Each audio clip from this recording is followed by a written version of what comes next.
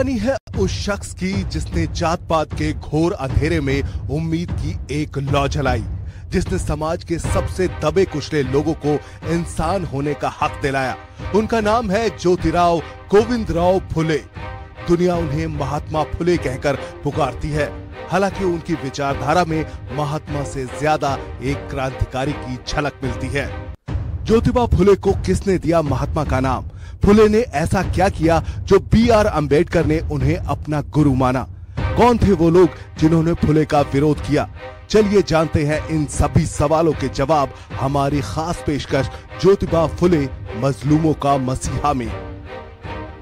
11 अप्रैल 1827 सतारा जिले के एक छोटे से गांव में माली जाति के एक परिवार में एक बच्चे का जन्म हुआ, जिसका नाम रखा गया ज्योतिराव, जो आगे चलकर रोशनी का पुजारी बना।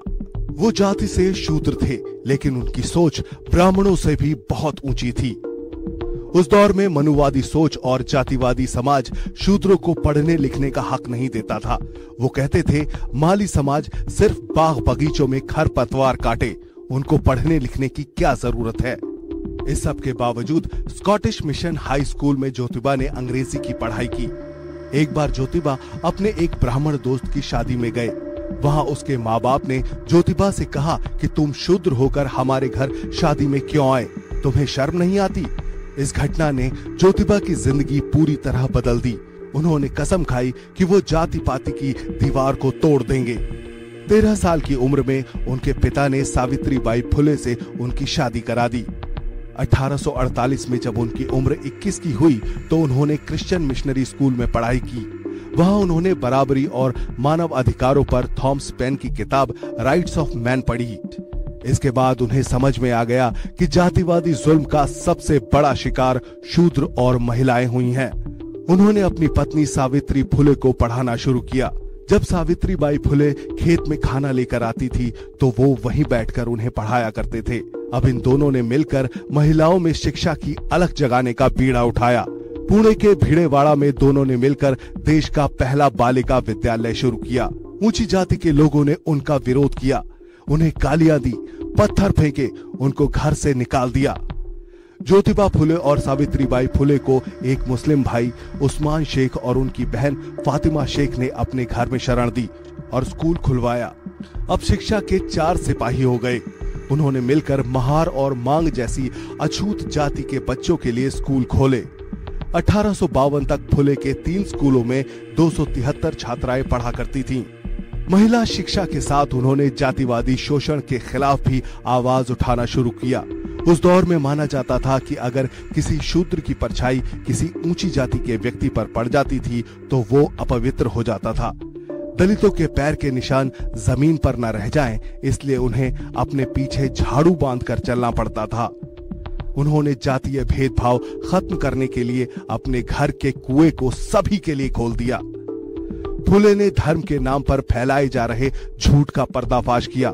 उन्होंने कहा कि आर्यन असल में विदेश से आए थे, जिन्होंने भारत के मूल निवासियों को गुलाम बनाया। 1873 में उन्होंने सत्य शोधक समाज यानी सच की तलाश करने वाले समाज की स्थापना की, जहां ऊंच नीच का भेदभाव नहीं होता था। फुले ने दास्ता पर गुलामगिरी और किसानों पर होने वाले शोषण पर श्वेत कार्याचा आसूर जैसी कालजयी किताबें लिखी। 1882 में शिक्षा आयोग के सामने उन्होंने हर गांव में स्कूल खोलने का प्रस्ताव दिया और कहा कि हर हाथ में किताब होनी चाहिए और सबको इज्जत से जीने का अधिकार मिलना चाहिए। समाज को बदलने की उनकी सोच को देखते हुए 1888 में मुंबई में एक कार्यक्रम में समाज सेवी विट्ठल राव कृष्ण जी ने उन्हें महात्मा की उपाधि से नवाजा। इसी साल दुर्भाग्य से उन्हें पैरालिसिस अटैक हुआ और वो लकवाग्रस्त हो गए। 1890 में उन्होंने दुनिया को अलविदा कह दिया। वो तो चले गए, लेकिन उनका सत्य शोधक समाज का सपना आज भी जिंदा है। भारत माँ के ऐसे सपूत को हम कोटि कोटि नमन करते हैं। अगर आप भी ज्योतिबा की मशाल को आगे बढ़ाना चाहते हैं तो इस वीडियो को जरूर शेयर करें और कमेंट में लिखें जय महात्मा फुले, क्योंकि असमानता और जातिवाद के खिलाफ लड़ाई आज भी जारी है। जब अन्याय और भेदभाव समाज की जड़ों में घर कर जाए तब एक आवाज उठती है जो सदियों की चुप्पी को तोड़ देती है। ये कहानी है उस महान व्यक्तित्व की जिन्होंने न केवल भारत के संविधान का निर्माण किया बल्कि करोड़ों वंचितों को अधिकारों की रोशनी दी। ये कहानी है डॉक्टर भीमराव अंबेडकर की। लेकिन सबसे ज्यादा पढ़े लिखे होने के बावजूद B.R. अंबेडकर भारत के पहले प्रधानमंत्री क्यों नहीं बन पाए? गांधी के साथ उनके क्या मतभेद थे? गांधी को महात्मा क्यों नहीं बुलाते थे अंबेडकर? बाबा साहेब ने हिंदू धर्म क्यों छोड़ा और क्यों बौद्ध धर्म की दीक्षा ली? चलिए तलाशते हैं इन सभी सवालों के जवाब। देखिए हमारी खास पेशकश Baba Saheb Ambedkar, the ultimate liberator. 14 अप्रैल 1991 को मध्य प्रदेश के महू में जन्मे भीमराव अंबेडकर का जीवन संघर्ष, शिक्षा और सामाजिक न्याय का प्रतीक है। उन्होंने दिखाया कि कलम तलवार से भी अधिक शक्तिशाली हो सकती है। अंबेडकर का जन्म महार जाति में हुआ था, जिसे अछूत माना जाता था। बचपन में ही उन्होंने जातिगत भेदभाव और सामाजिक बहिष्कार का सामना किया। स्कूल में उन्हें अलग बिठाया जाता था। पानी पीने के लिए दूसरों की मदद लेनी पड़ती थी, लेकिन शिक्षा के प्रति उनकी लगन ने उन्हें इन बाधाओं से लड़ने की ताकत दी। उन्होंने बॉम्बे विश्वविद्यालय से ग्रेजुएशन की और फिर अमेरिका के कोलंबिया विश्वविद्यालय से अर्थशास्त्र में PhD की। कोलंबिया में पढ़ाई के दौरान उन्होंने the problem of the rupee, its origin and solution नामक शोध पत्र लिखा, जो उनकी गहरी आर्थिक समझ को दर्शाता है। इसके बाद उन्होंने लंदन स्कूल ऑफ इकोनॉमिक्स में उच्च शिक्षा प्राप्त की और लॉ की डिग्री भी हासिल की। शिक्षा ने उन्हें विचारों की स्वतंत्रता दी और सामाजिक सुधार का हथियार बनाया। भारत लौटने के बाद अंबेडकर ने दलितों के अधिकारों के लिए संघर्ष शुरू किया। 1927 में उन्होंने महाड़ सत्याग्रह का नेतृत्व किया, जहां उन्होंने छुआछूत के खिलाफ लड़ाई लड़ी और दलितों को सार्वजनिक जल स्रोतों जैसे नदी और तालाब तक पहुंच का अधिकार दिलाने की मांग की। इस दौरान उन्होंने मनुस्मृति का दहन किया, जिसे वो जातिवाद का प्रतीक मानते थे। अंबेडकर और महात्मा गांधी के बीच दलितों के अधिकारों को लेकर तीखे मतभेद थे। अंबेडकर चाहते थे कि दलितों को अलग निर्वाचक मंडल मिले ताकि वे अपने नेताओं को चुन सके। गांधी जी इसका विरोध करते थे क्योंकि उन्हें डर था इससे हिंदू समाज में और विभाजन हो जाएगा।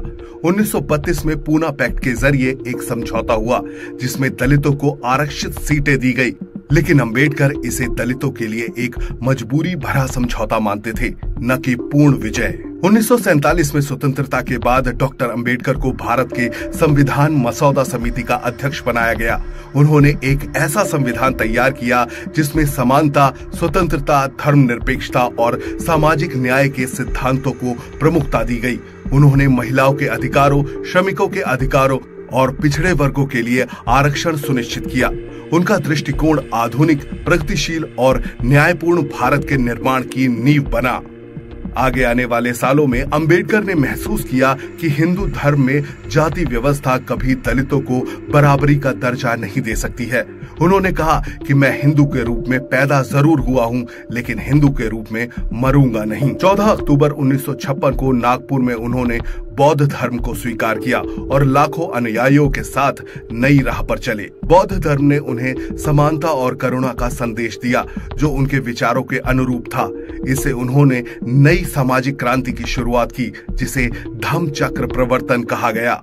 डॉक्टर भीमराव अंबेडकर का जीवन इस बात का प्रतीक है कि शिक्षा, साहस और दृढ़ निश्चय के साथ किसी भी सामाजिक अन्याय को चुनौती दी जा सकती है। वे आज भी करोड़ों लोगों के लिए प्रेरणा का स्रोत है। उनका सपना था एक ऐसा भारत बनाना जहां हर व्यक्ति को समान अवसर मिल सके, बिना किसी भेदभाव के। हम डॉक्टर भीमराव अंबेडकर को नमन करते हैं।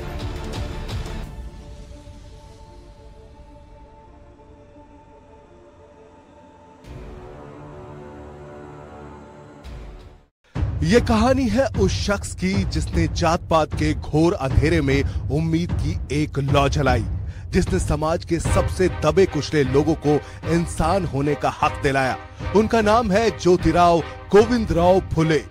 दुनिया उन्हें महात्मा फुले कहकर पुकारती है, हालांकि उनकी विचारधारा में महात्मा से ज्यादा एक क्रांतिकारी की झलक मिलती है।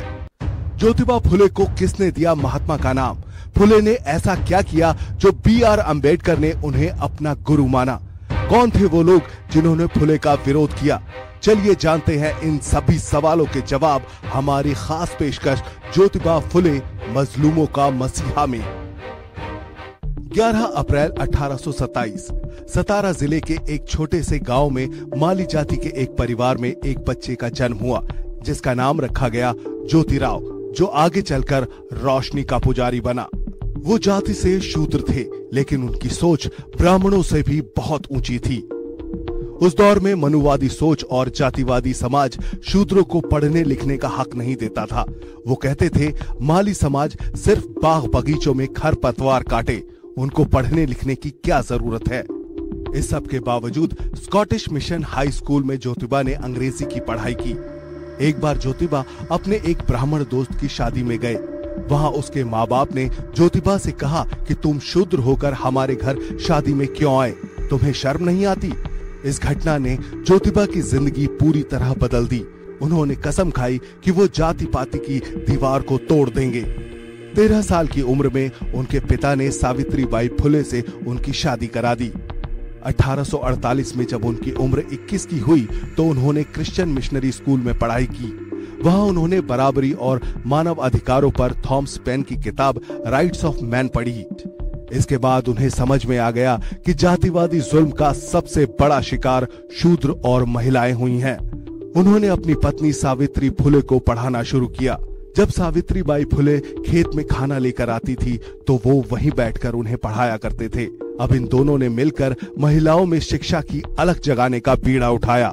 पुणे के भिड़ेवाड़ा में दोनों ने मिलकर देश का पहला बालिका विद्यालय शुरू किया। ऊंची जाति के लोगों ने उनका विरोध किया, उन्हें गालियां दी, पत्थर फेंके, उनको घर से निकाल दिया। ज्योतिबा फुले और सावित्रीबाई फुले को एक मुस्लिम भाई उस्मान शेख और उनकी बहन फातिमा शेख ने अपने घर में शरण दी और स्कूल खुलवाया।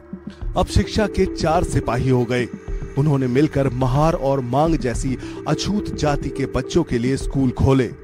1852 तक फुले के 3 स्कूलों में 273 छात्राएं पढ़ा करती थीं। महिला शिक्षा के साथ उन्होंने जातिवादी शोषण के खिलाफ भी आवाज उठाना शुरू किया। उस दौर में माना जाता था कि अगर किसी शूद्र की परछाई किसी ऊंची जाति के व्यक्ति पर पड़ जाती थी तो वो अपवित्र हो जाता था। दलितों के पैर के निशान जमीन पर न रह जाएं, इसलिए उन्हें अपने पीछे झाड़ू बांधकर चलना पड़ता था। उन्होंने जातीय भेदभाव खत्म करने के लिए अपने घर के कुएं को सभी के लिए खोल दिया। फुले ने धर्म के नाम पर फैलाए जा रहे झूठ का पर्दाफाश किया। उन्होंने कहा कि आर्यन असल में विदेश से आए थे, जिन्होंने भारत के मूल निवासियों को गुलाम बनाया। 1873 में उन्होंने सत्य शोधक समाज यानी सच की तलाश करने वाले समाज की स्थापना की, जहां ऊंच नीच का भेदभाव नहीं होता था। फुले ने दास्ता पर गुलामगिरी और किसानों पर होने वाले शोषण पर श्वेत कार्याचा असूर जैसी कालजयी किताबें लिखी। 1882 में शिक्षा आयोग के सामने उन्होंने हर गांव में स्कूल खोलने का प्रस्ताव दिया और कहा कि हर हाथ में किताब होनी चाहिए और सबको इज्जत से जीने का अधिकार मिलना चाहिए। समाज को बदलने की उनकी सोच को देखते हुए 1888 में मुंबई में एक कार्यक्रम में समाज सेवी विट्ठल राव कृष्ण जी ने उन्हें महात्मा की उपाधि से नवाजा। इसी साल दुर्भाग्य से उन्हें पैरालिसिस अटैक हुआ और वो लकवाग्रस्त हो गए। 1890 में उन्होंने दुनिया को अलविदा कह दिया। वो तो चले गए, लेकिन उनका सत्य शोधक समाज का सपना आज भी जिंदा है। भारत माँ के ऐसे सपूत को हम कोटि कोटि नमन करते हैं।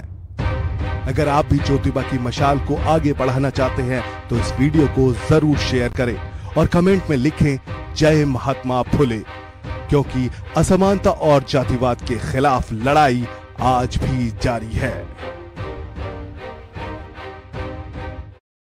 जब भी हम आजादी, बराबरी और हक की बात करते हैं, एक युग पुरुष की तस्वीर उभरती है जिसने अन्याय और सामाजिक शोषण के खिलाफ हल्ला बोला। वो एक व्यक्ति नहीं थे, एक जीती जागती विचारधारा थे, एक आंदोलन थे जिसने दकियानूसी सोच को तोड़ने, समाज में बराबरी कायम करने और महिला अधिकारों के लिए अपनी पूरी जिंदगी लगा दी। उस शख्स का नाम है पेरियार इरोड वेंकट रामासामी। लेकिन पेरियार ने हिंदू धर्म को क्यों छोड़ा और नास्तिकता के रास्ते पर क्यों चले? उन्होंने गांधी और कांग्रेस को क्यों अलविदा कहा? कैसे उन्होंने दलित आरक्षण का मजबूत रास्ता तैयार किया? कैसे उन्होंने धर्मांधता और रूढ़िवादिता को तोड़ते हुए तार्किक सोच को आगे बढ़ाया? चलिए तलाश करते हैं इन सभी सवालों के जवाब हमारी खास पेशकश पेरियार अ रैशनलिस्ट में। पेरियार का जन्म 17 सितंबर 1879 को तमिलनाडु के इरोड में एक संपन्न परिवार में हुआ। बचपन से ही वो अपने घर में होने वाले भजन कीर्तन और धार्मिक कर्मकांडों पर सवाल उठाते थे। जब वो थोड़े बड़े हुए तो उन्होंने बाल विवाह, देवदासी प्रथा और दहेज प्रथा को गलत बताना शुरू किया। युवावस्था तक वो दलितों के साथ होने वाले छुआछूत और वर्ण व्यवस्था के कट्टर विरोधी बन चुके थे। पेरियार ने एक बार एक ब्राह्मण के खिलाफ पुलिस को गवाही दे दी, जिससे वो गिरफ्तार हो गया। इससे नाराज होकर उनके पिता ने उन्हें पीटा और उन्होंने घर छोड़ दिया। वो काशी की यात्रा पर निकल गए। वहां भूख लगने पर उन्होंने ब्राह्मणों के लिए हो रहे मुफ्त भोज में खाना खाने की कोशिश की, लेकिन उन्हें भिखारी कहकर भगा दिया गया। उन्होंने महसूस किया कि धर्म का इस्तेमाल शोषितों को दबाने के लिए हो रहा है। इस घटना ने उन्हें पूरी तरह नास्तिक बना दिया और वो खुलकर मूर्ति पूजा, तीर्थ यात्रा और धार्मिक अनुष्ठानों का विरोध करने लगे। 1924 में पेरियार ने छुआछूत के खिलाफ केरल और तमिलनाडु में वाईकॉम सत्याग्रह किया। पेरियार की समाज को बदलने की पहल को देखते हुए कांग्रेस नेता चक्रवर्ती राजा गोपालाचारी ने उन्हें 1919 में कांग्रेस में शामिल कर लिया। इसके बाद कांग्रेस में उन्होंने दलित आरक्षण का प्रस्ताव रखा। उन्होंने कहा कि जब तक समाज में जातिवाद रहेगा तब तक सच्चा लोकतंत्र कायम नहीं हो सकता है। कांग्रेस में उनके आरक्षण के प्रस्ताव को खारिज कर दिया गया। पेरियार ने देखा कि कांग्रेस के अंदर जातिवाद और ब्राह्मणवाद की जड़ें गहरी हैं, तो उन्होंने कांग्रेस को छोड़ दिया। पेरियार ने 1925 में आत्मसम्मान आंदोलन की शुरुआत की। इस आंदोलन का मकसद दलितों और पिछड़ी जातियों को ये एहसास कराना था कि वे किसी से कम नहीं हैं। उन्होंने कहा कि कोई भी व्यक्ति जन्म से श्रेष्ठ या नीच नहीं होता, ये एक भ्रम है। इसे तोड़ना ही सच्ची क्रांति है। उन्होंने जाति व्यवस्था को खत्म करने के लिए अंतर जातीय आत्मसम्मान विवाह की शुरुआत की, जिसमें बिना धार्मिक रीति रिवाजों के शादियां की जाती थीं। इसके बाद उन्होंने जस्टिस पार्टी की कमान संभाली। उन्होंने जातिवादी ब्राह्मणवादी सोच और धार्मिक पाखंड के खिलाफ जागरूकता अभियान जारी रखा। उन्होंने कहा कि अगर कोई भगवान जाति के नाम पर भेदभाव करता है तो ऐसा भगवान हमारे लिए नहीं है। पेरियार ने मनुस्मृति और अन्य धार्मिक ग्रंथों की निंदा की और उनका दहन किया। अपने संघर्षों के दौरान उन्हें सोवियत संघ जाने का मौका मिला, जहां वो कम्युनिस्ट विचारधारा से बहुत प्रभावित हुए। भारत लौटकर पेरियार ने जातीय भेदभाव के साथ साथ महिला गैर बराबरी के खिलाफ भी आवाज उठाई। उन्होंने महिलाओं को शिक्षित करने की पहल की और कहा कि अगर एक आदमी शिक्षित होता है तो सिर्फ वो शिक्षित होता है, लेकिन अगर एक औरत शिक्षित होती है तो पूरा परिवार और पूरा समाज शिक्षित होता है। 1944 में पेरियार ने जस्टिस पार्टी को बदलकर द्रविड़ कड़गम नामक एक सामाजिक सुधार संगठन बना दिया। बाद में ये संगठन तमिलनाडु की द्रविड़ पार्टियों का आधार बना।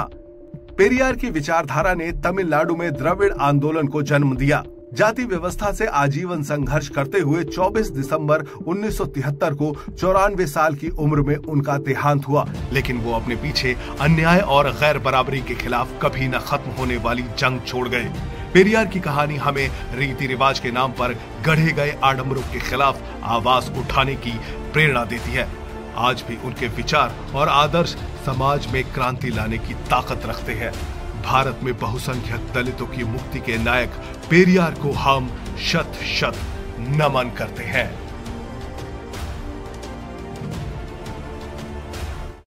ये कहानी है उस शख्स की जिसने जात पात के घोर अंधेरे में उम्मीद की एक लौ जलाई, जिसने समाज के सबसे दबे कुचले लोगों को इंसान होने का हक दिलाया।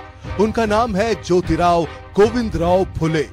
दुनिया उन्हें महात्मा फुले कहकर पुकारती है, हालांकि उनकी विचारधारा में महात्मा से ज्यादा एक क्रांतिकारी की झलक मिलती है।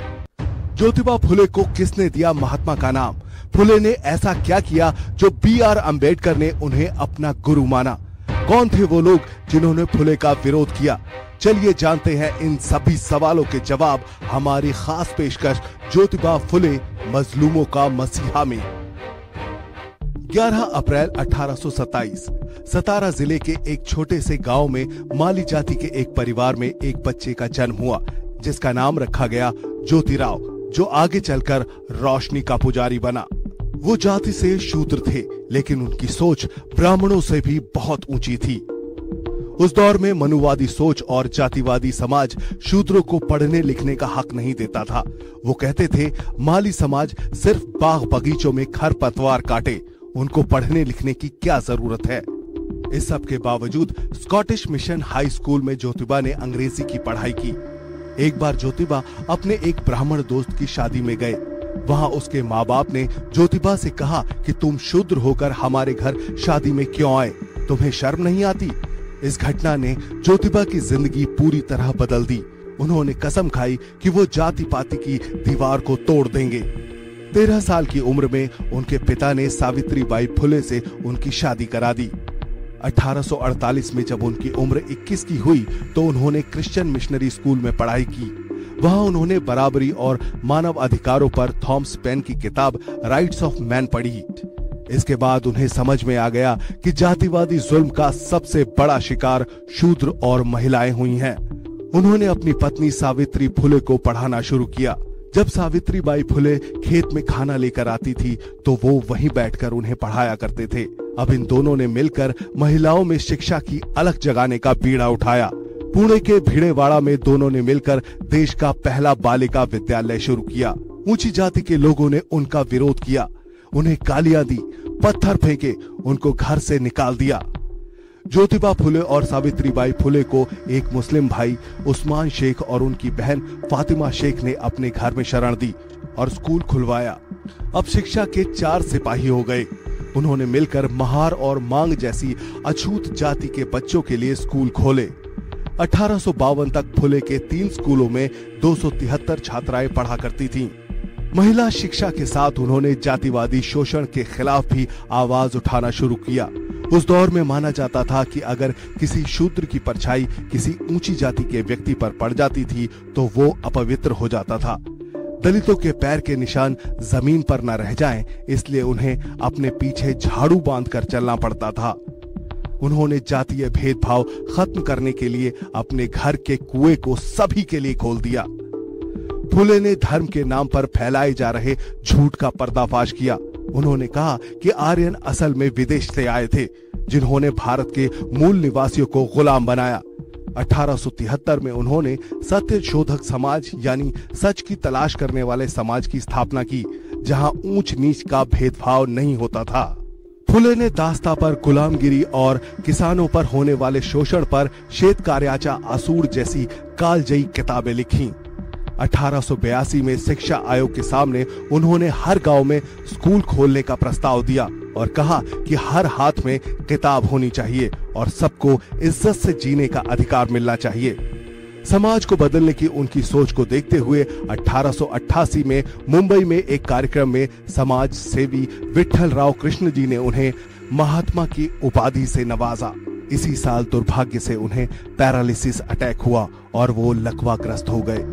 1890 में उन्होंने दुनिया को अलविदा कह दिया। वो तो चले गए, लेकिन उनका सत्य शोधक समाज का सपना आज भी जिंदा है। भारत माँ के ऐसे सपूत को हम कोटि कोटि नमन करते हैं। अगर आप भी ज्योतिबा की मशाल को आगे बढ़ाना चाहते हैं तो इस वीडियो को जरूर शेयर करें और कमेंट में लिखें जय महात्मा फुले, क्योंकि असमानता और जातिवाद के खिलाफ लड़ाई आज भी जारी है। जब अन्याय और भेदभाव समाज की जड़ों में घर कर जाए, तब एक आवाज उठती है जो सदियों की चुप्पी को तोड़ देती है। ये कहानी है उस महान व्यक्तित्व की जिन्होंने न केवल भारत के संविधान का निर्माण किया, बल्कि करोड़ों वंचितों को अधिकारों की रोशनी दी। ये कहानी है डॉक्टर भीमराव अंबेडकर की।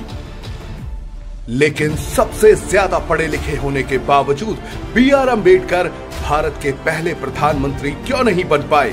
गांधी के साथ उनके क्या मतभेद थे? गांधी को महात्मा क्यों नहीं बुलाते थे अंबेडकर? बाबा साहेब ने हिंदू धर्म क्यों छोड़ा और क्यों बौद्ध धर्म की दीक्षा ली? चलिए तलाशते हैं इन सभी सवालों के जवाब देखिए हमारी खास पेशकश Baba Saheb Ambedkar, the ultimate liberator. 14 अप्रैल 1991 को मध्य प्रदेश के महू में जन्मे भीमराव अंबेडकर का जीवन संघर्ष, शिक्षा और सामाजिक न्याय का प्रतीक है। उन्होंने दिखाया कि कलम तलवार से भी अधिक शक्तिशाली हो सकती है। अंबेडकर का जन्म महार जाति में हुआ था, जिसे अछूत माना जाता था। बचपन में ही उन्होंने जातिगत भेदभाव और सामाजिक बहिष्कार का सामना किया। स्कूल में उन्हें अलग बिठाया जाता था। पानी पीने के लिए दूसरों की मदद लेनी पड़ती थी, लेकिन शिक्षा के प्रति उनकी लगन ने उन्हें इन बाधाओं से लड़ने की ताकत दी। उन्होंने बॉम्बे विश्वविद्यालय से ग्रेजुएशन की और फिर अमेरिका के कोलंबिया विश्वविद्यालय से अर्थशास्त्र में पीएचडी की। कोलंबिया में पढ़ाई के दौरान उन्होंने the problem of the rupee, its origin and solution नामक शोध पत्र लिखा, जो उनकी गहरी आर्थिक समझ को दर्शाता है। इसके बाद उन्होंने लंदन स्कूल ऑफ इकोनॉमिक्स में उच्च शिक्षा प्राप्त की और लॉ की डिग्री भी हासिल की। शिक्षा ने उन्हें विचारों की स्वतंत्रता दी और सामाजिक सुधार का हथियार बनाया। भारत लौटने के बाद अंबेडकर ने दलितों के अधिकारों के लिए संघर्ष शुरू किया। 1927 में उन्होंने महाड़ सत्याग्रह का नेतृत्व किया, जहां उन्होंने छुआछूत के खिलाफ लड़ाई लड़ी और दलितों को सार्वजनिक जल स्रोतों जैसे नदी और तालाब तक पहुंच का अधिकार दिलाने की मांग की। इस दौरान उन्होंने मनुस्मृति का दहन किया, जिसे वो जातिवाद का प्रतीक मानते थे। अंबेडकर और महात्मा गांधी के बीच दलितों के अधिकारों को लेकर तीखे मतभेद थे। अंबेडकर चाहते थे कि दलितों को अलग निर्वाचक मंडल मिले ताकि वे अपने नेताओं को चुन सके। गांधी जी इसका विरोध करते थे, क्योंकि उन्हें डर था इससे हिंदू समाज में और विभाजन हो जाएगा। 1932 में पूना पैक्ट के जरिए एक समझौता हुआ, जिसमें दलितों को आरक्षित सीटें दी गई, लेकिन अंबेडकर इसे दलितों के लिए एक मजबूरी भरा समझौता मानते थे, न कि पूर्ण विजय। 1947 में स्वतंत्रता के बाद डॉक्टर अंबेडकर को भारत के संविधान मसौदा समिति का अध्यक्ष बनाया गया। उन्होंने एक ऐसा संविधान तैयार किया जिसमें समानता, स्वतंत्रता, धर्मनिरपेक्षता और सामाजिक न्याय के सिद्धांतों को प्रमुखता दी गई। उन्होंने महिलाओं के अधिकारों, श्रमिकों के अधिकारों और पिछड़े वर्गों के लिए आरक्षण सुनिश्चित किया। उनका दृष्टिकोण आधुनिक, प्रगतिशील और न्यायपूर्ण भारत के निर्माण की नींव बना।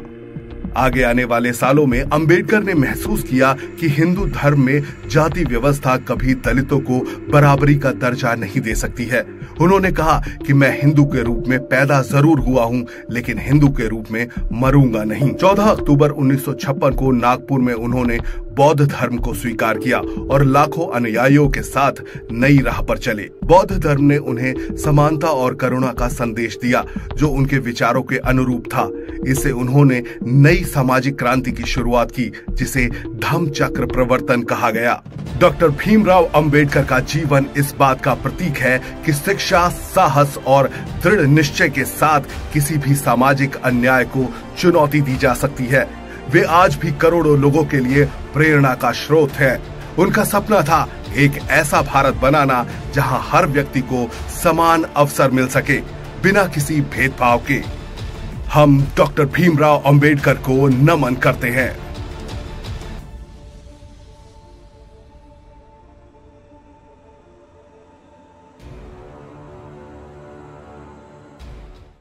ये कहानी है उस शख्स की जिसने जात पात के घोर अंधेरे में उम्मीद की एक लौ जलाई, जिसने समाज के सबसे दबे कुचले लोगों को इंसान होने का हक दिलाया। उनका नाम है ज्योतिराव गोविंदराव फुले। दुनिया उन्हें महात्मा फुले कहकर पुकारती है, हालांकि उनकी विचारधारा में महात्मा से ज्यादा एक क्रांतिकारी की झलक मिलती है। ज्योतिबा फुले को किसने दिया महात्मा का नाम? फुले ने ऐसा क्या किया जो बी.आर. अंबेडकर ने उन्हें अपना गुरु माना? कौन थे वो लोग जिन्होंने फुले का विरोध किया? चलिए जानते हैं इन सभी सवालों के जवाब हमारी खास पेशकश ज्योतिबा फुले, मजलूमों का मसीहा में। 11 अप्रैल 1827 सतारा जिले के एक छोटे से गांव में माली जाति के एक परिवार में एक बच्चे का जन्म हुआ, जिसका नाम रखा गया ज्योतिराव, जो आगे चलकर रोशनी का पुजारी बना। वो जाति से शूद्र थे, लेकिन उनकी सोच ब्राह्मणों से भी बहुत ऊंची थी। उस दौर में मनुवादी सोच और जातिवादी समाज शूद्रों को पढ़ने लिखने का हक नहीं देता था। वो कहते थे माली समाज सिर्फ बाग बगीचों में खरपतवार काटे, उनको पढ़ने लिखने की क्या जरूरत है। इस सब के बावजूद स्कॉटिश मिशन हाई स्कूल में ज्योतिबा ने अंग्रेजी की पढ़ाई की। एक बार ज्योतिबा अपने एक ब्राह्मण दोस्त की शादी में गए।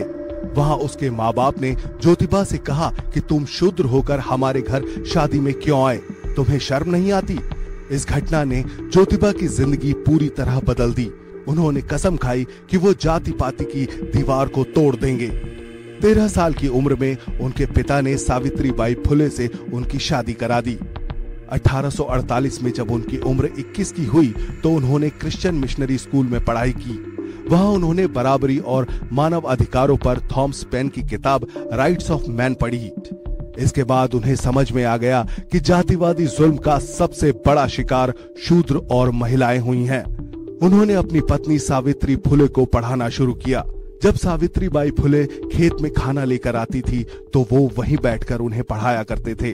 अब इन दोनों ने मिलकर महिलाओं में शिक्षा की अलख जगाने का बीड़ा उठाया। पुणे के भिड़ेवाड़ा में दोनों ने मिलकर देश का पहला बालिका विद्यालय शुरू किया। ऊंची जाति के लोगों ने उनका विरोध किया, उन्हें गालियां दी, पत्थर फेंके, उनको घर से निकाल दिया। ज्योतिबा फुले और सावित्रीबाई फुले को एक मुस्लिम भाई उस्मान शेख और उनकी बहन फातिमा शेख ने अपने घर में शरण दी और स्कूल खुलवाया। अब शिक्षा के 4 सिपाही हो गए।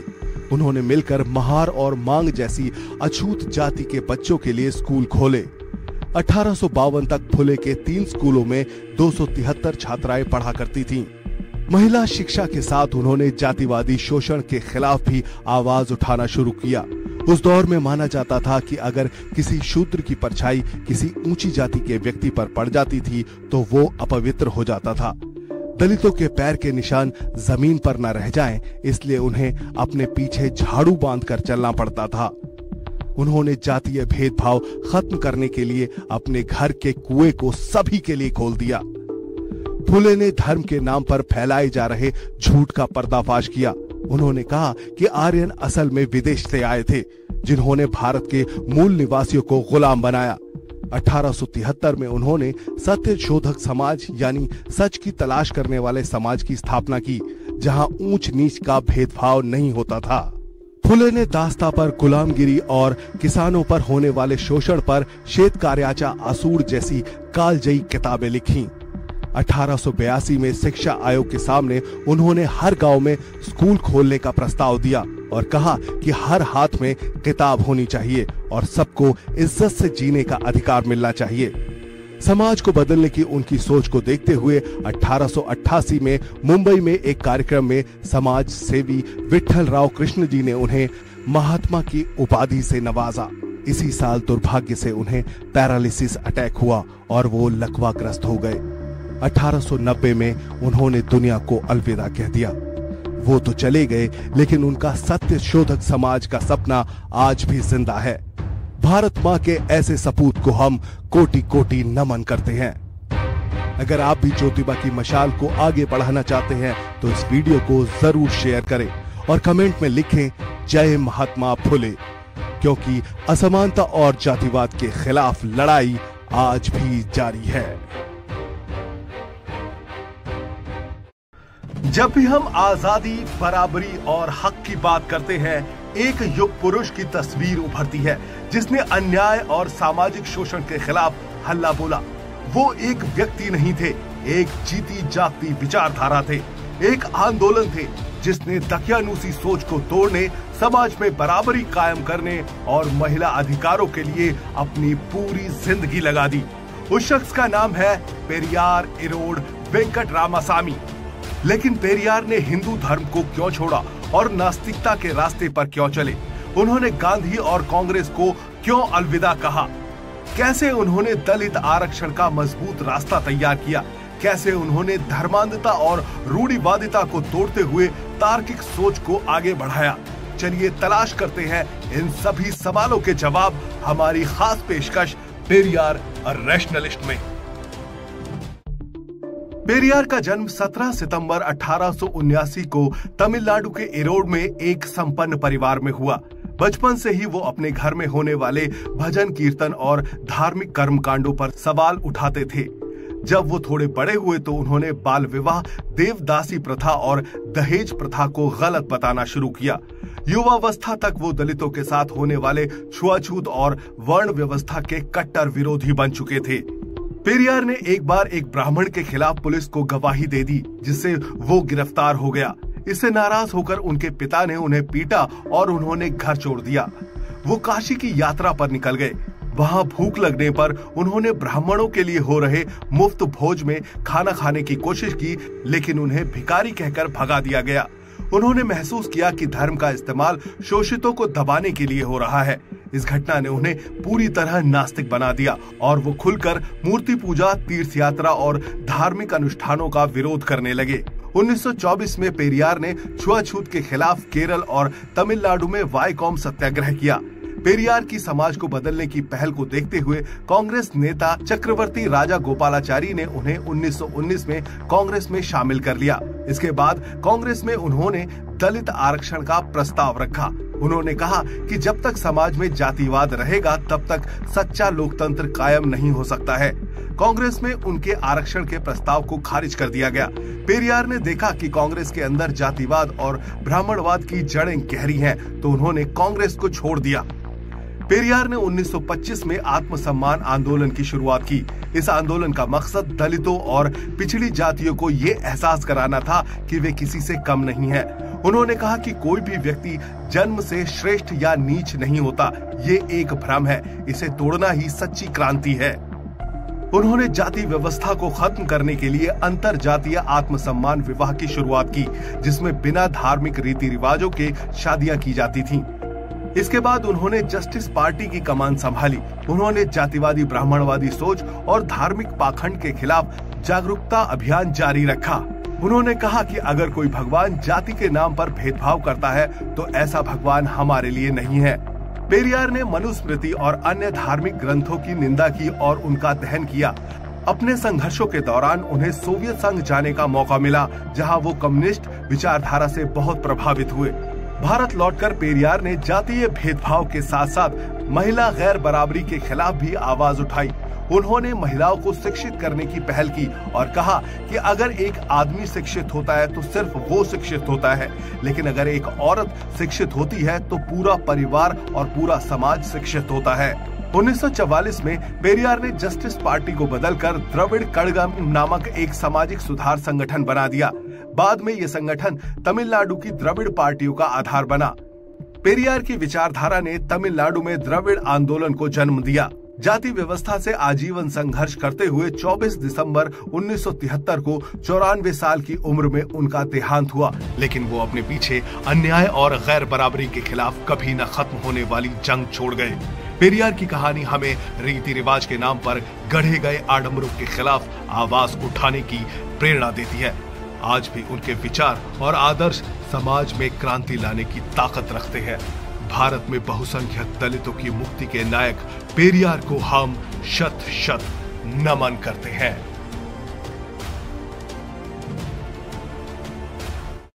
ये कहानी है उस शख्स की जिसने जात पात के घोर अंधेरे में उम्मीद की एक लौ जलाई, जिसने समाज के सबसे दबे कुचले लोगों को इंसान होने का हक दिलाया। उनका नाम है ज्योतिराव गोविंदराव फुले। दुनिया उन्हें महात्मा फुले कहकर पुकारती है, हालांकि उनकी विचारधारा में महात्मा से ज्यादा एक क्रांतिकारी की झलक मिलती है। ज्योतिबा फुले को किसने दिया महात्मा का नाम? फुले ने ऐसा क्या किया जो B.R. अम्बेडकर ने उन्हें अपना गुरु माना? कौन थे वो लोग जिन्होंने फुले का विरोध किया? चलिए जानते हैं इन सभी सवालों के जवाब हमारी खास पेशकश ज्योतिबा फुले मजलूमों का मसीहा में। 11 अप्रैल 1827 सतारा जिले के एक छोटे से गांव में माली जाति के एक परिवार में एक बच्चे का जन्म हुआ, जिसका नाम रखा गया ज्योतिराव, जो आगे चलकर रोशनी का पुजारी बना। वो जाति से शूद्र थे, लेकिन उनकी सोच ब्राह्मणों से भी बहुत ऊंची थी। उस दौर में मनुवादी सोच और जातिवादी समाज शूद्रों को पढ़ने लिखने का हक नहीं देता था। वो कहते थे माली समाज सिर्फ बाग बगीचों में खरपतवार काटे, उनको पढ़ने लिखने की क्या जरूरत है। इस सब के बावजूद स्कॉटिश मिशन हाई स्कूल में ज्योतिबा ने अंग्रेजी की पढ़ाई की। एक बार ज्योतिबा अपने एक ब्राह्मण दोस्त की शादी में गए। वहां उसके माँ बाप ने ज्योतिबा से कहा कि तुम शूद्र होकर हमारे घर शादी में क्यों आए, तुम्हें शर्म नहीं आती? इस घटना ने ज्योतिबा की जिंदगी पूरी तरह बदल दी। उन्होंने कसम खाई कि वो जाति पाति की दीवार को तोड़ देंगे। 13 साल की उम्र में उनके पिता ने सावित्रीबाई फुले से उनकी शादी करा दी। 1848 में जब उनकी उम्र 21 की हुई तो उन्होंने क्रिश्चियन मिशनरी स्कूल में पढ़ाई की।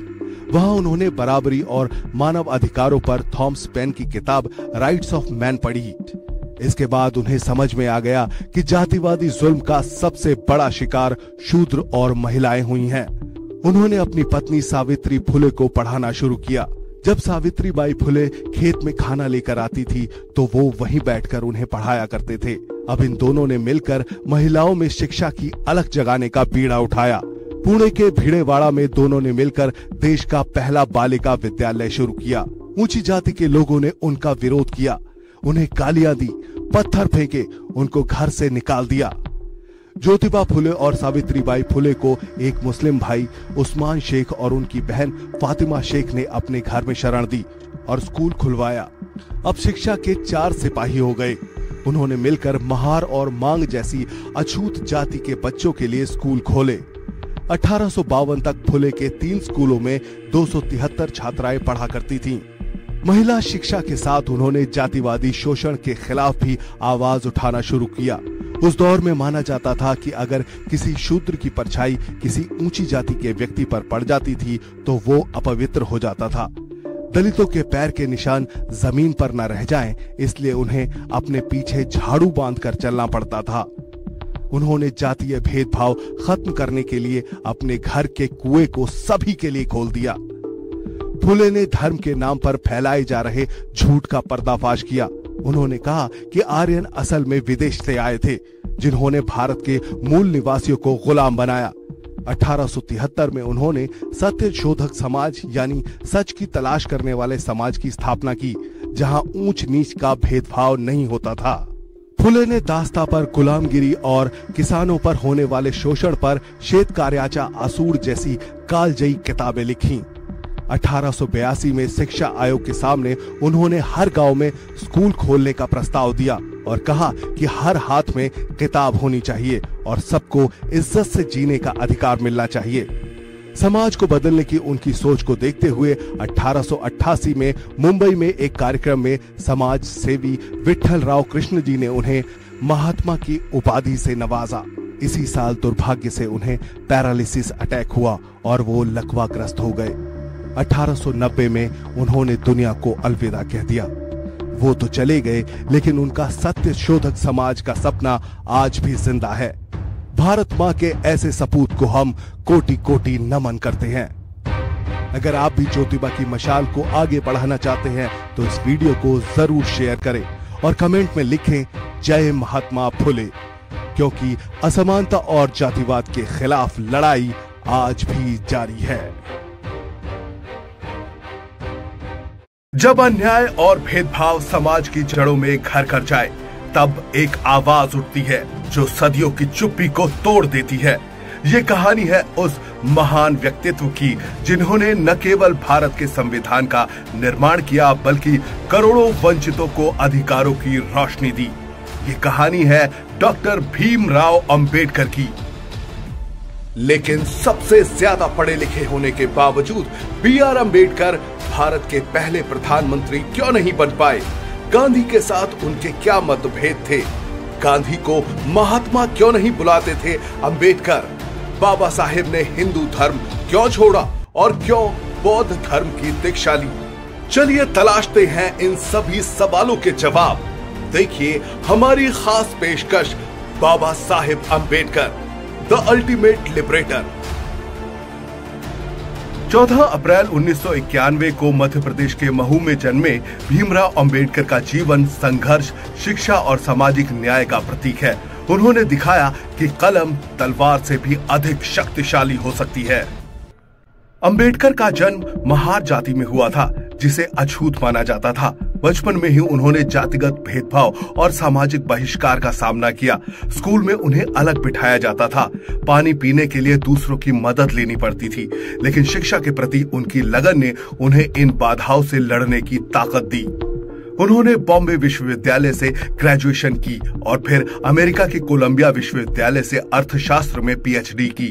कोलंबिया में पढ़ाई के दौरान उन्होंने the problem of the rupee, its origin and solution नामक शोध पत्र लिखा, जो उनकी गहरी आर्थिक समझ को दर्शाता है। इसके बाद उन्होंने लंदन स्कूल ऑफ इकोनॉमिक्स में उच्च शिक्षा प्राप्त की और लॉ की डिग्री भी हासिल की। शिक्षा ने उन्हें विचारों की स्वतंत्रता दी और सामाजिक सुधार का हथियार बनाया। भारत लौटने के बाद अंबेडकर ने दलितों के अधिकारों के लिए संघर्ष शुरू किया। 1927 में उन्होंने महाड़ सत्याग्रह का नेतृत्व किया, जहां उन्होंने छुआछूत के खिलाफ लड़ाई लड़ी और दलितों को सार्वजनिक जल स्रोतों जैसे नदी और तालाब तक पहुंच का अधिकार दिलाने की मांग की। इस दौरान उन्होंने मनुस्मृति का दहन किया, जिसे वो जातिवाद का प्रतीक मानते थे। अंबेडकर और महात्मा गांधी के बीच दलितों के अधिकारों को लेकर तीखे मतभेद थे। अंबेडकर चाहते थे कि दलितों को अलग निर्वाचक मंडल मिले ताकि वे अपने नेताओं को चुन सके। गांधी जी इसका विरोध करते थे क्योंकि उन्हें डर था इससे हिंदू समाज में और विभाजन हो जाएगा। 1932 में पूना पैक्ट के जरिए एक समझौता हुआ जिसमें दलितों को आरक्षित सीटें दी गई, लेकिन अंबेडकर इसे दलितों के लिए एक मजबूरी भरा समझौता मानते थे, न कि पूर्ण विजय। 1947 में स्वतंत्रता के बाद डॉक्टर अंबेडकर को भारत के संविधान मसौदा समिति का अध्यक्ष बनाया गया। उन्होंने एक ऐसा संविधान तैयार किया जिसमें समानता, स्वतंत्रता, धर्मनिरपेक्षता और सामाजिक न्याय के सिद्धांतों को प्रमुखता दी गई। उन्होंने महिलाओं के अधिकारों, श्रमिकों के अधिकारों और पिछड़े वर्गों के लिए आरक्षण सुनिश्चित किया। उनका दृष्टिकोण आधुनिक, प्रगतिशील और न्यायपूर्ण भारत के निर्माण की नींव बना।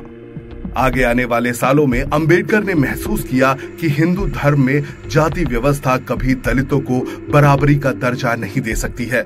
उन्होंने कहा कि मैं हिंदू के रूप में पैदा जरूर हुआ हूं, लेकिन हिंदू के रूप में मरूंगा नहीं। 14 अक्टूबर 1956 को नागपुर में उन्होंने बौद्ध धर्म को स्वीकार किया और लाखों अनुयायियों के साथ नई राह पर चले। बौद्ध धर्म ने उन्हें समानता और करुणा का संदेश दिया, जो उनके विचारों के अनुरूप था। इससे उन्होंने नई सामाजिक क्रांति की शुरुआत की, जिसे धम्म चक्र प्रवर्तन